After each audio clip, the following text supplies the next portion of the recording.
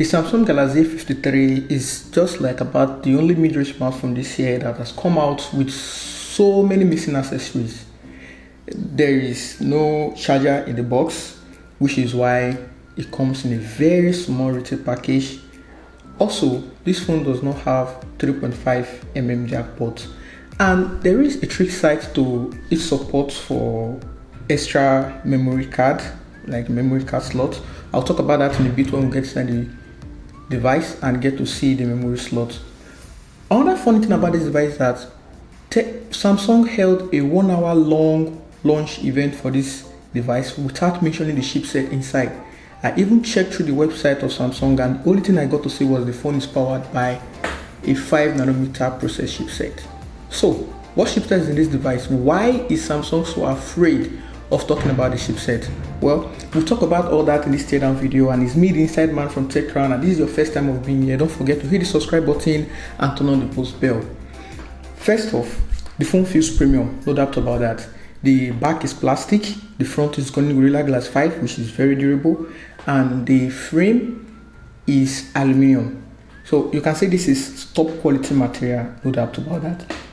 And when you hold the back plastic, it does not feel like ordinary plastic that retains lots of fingerprints, and it's neat. It has this matte finish to it, and it feels really premium when you hold it.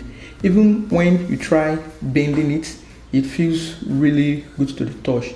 So far, there is no complaint about the build quality of this device. It screams premium, even though it looks exactly like the Samsung Galaxy A52, that is its predecessor from last year, but the design is top-notch, good quality.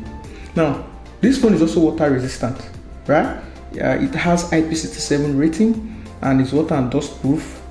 And one of the things I noticed about the screws is that there are some blue gaskets at the tip of the screw. This helps to prevent water from passing through the screw holes inside the device, and the whole component of the device except the battery is covered by a plastic. So this is one way to make the phone IP67 certified, right? Now, other holes in the device will have to be the speaker, the USB Type-C port, and the SIM card slot. Now, the speaker is built inside the fortress. There is a whole lot of rubber covering the speaker, and you have to take a second look to know that this is the speaker of the device, and exactly the speaker of the device you can see here with just two tiny openings to let out sound. Now, the speaker hole in the frame of the phone has a pink or peach gasket, I would say peach, let me say peach, in the entry. The speaker laps with this peach gasket so that the water or dust cannot easily pass through that place inside the device. Now, other ports we'll be checking out will be the USB Type-C port and of course the SIM card slot.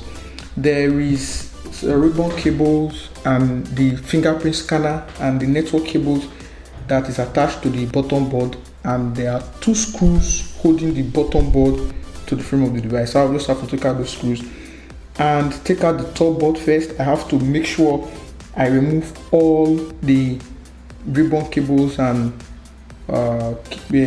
network cables so that I won't damage any of these cables, the component of the phone, while I'm working on checking out what is at the bottom.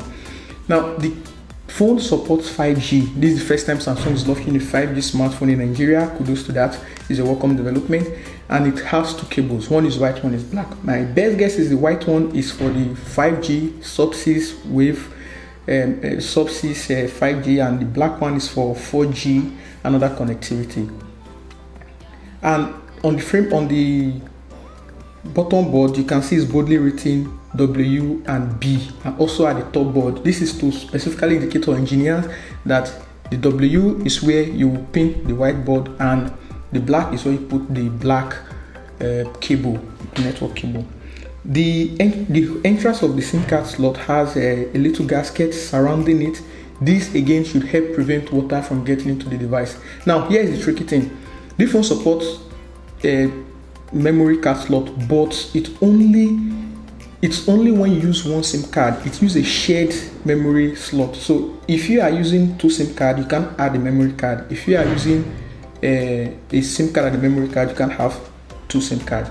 So that is just the way it is. And also the USB Type-C port has a water gasket around it too, to prevent water from passing through the hole. So you can see that the holes of the USB Type-C port and the SIM card slot is open, but the gaskets around the edges of both of those components makes it to prevent water from getting into the device, water and dust to be precise, but I'll be making reference to water most of the times on this phone. Now the top board houses the 64 megapixel main camera with OIS, and there's a 12 megapixel ultra wide, a 5 megapixel depth sensor, and a 5 megapixel macro camera. Up front, it has a 32 megapixel selfie camera. Both the front and back camera can record 4K video. Now, there is no doubt about the quality of the camera in Samsung smartphones, but what we want to really take a look at is the chipset inside this device. Alright, now the chipset is where things get a little bit tricky. Now, Samsung refused to name the chipset inside this device, except saying the chipset is built on 5nm process. I don't know what they are so ashamed of, but that is what they did. So I opened this device and I checked the chipset. The chipset has the model number E8825. Then I went online and did some research, and I get to see that it is the Exynos 1280 chipset. This is the 5G chipset that was released March this year, to be precise. And when compared with the Snapdragon 778G that powered the Samsung Galaxy A53, the predecessor of this device, it's underperformed. This is another performing chipset. I guess that is why Samsung really talk much about the chipset of the device. And to be fair, there is no copper coating for this device, but to be fair, the cooling system of the chipset is not that bad. Alright, now the speaker of the phone is also good. It comes with these balls. Now the purpose of these little balls in the top speaker is to help amplify the sound of the speaker, to make it sound louder than it should be. The phone is powered by 5000 mAh battery capacity and comes with 25 watt fast charge. Now 5000 mAh battery is 500 mAh, a step further than the 4500 milliamp hour battery that you get in the Samsung Galaxy A52. Alright, so the battery will last long, and based that the Exynos 1280 chipset is built on 5nm process, it will be more power efficient. That is, will take less battery to function because the components are close together when they are working. Now beneath the battery is a copper coating system. The copper coating system and this battery will absorb heat from the battery and pass it through the screen. So this is very nice. It's not bad. It's a good way to cool down the battery of the device. Alright, so we can blow our trumpet about the Samsung Galaxy A53 not getting a good chipset as the Galaxy A52s of last year, but I guess that is the whole reason why Samsung did not focus on the performance of the phone. I mean, they refused to release the chipset that powers the device. They are trying to take your attention away from the performance of the device, right? So, but overall, the phone still comes with good build material, nice display, nice cameras, good battery life, and is water and dust resistant. Talking about water and dust, my HD at TechRhino24 did a water test of this device. I'll link to his video in the description below. You check out how you survive the water test. There are other phones I can also recommend within this price range. We have the Redmi 9 Pro Plus, the Vivo V23 5G, and you can even chip in the Infinix Zero 5G. For its price, is really good value for money for the performance. And the Galaxy A53 5G will be getting 4 years of software upgrade, which is pretty dope. Alright, it's me, the Inside Man from TechRan.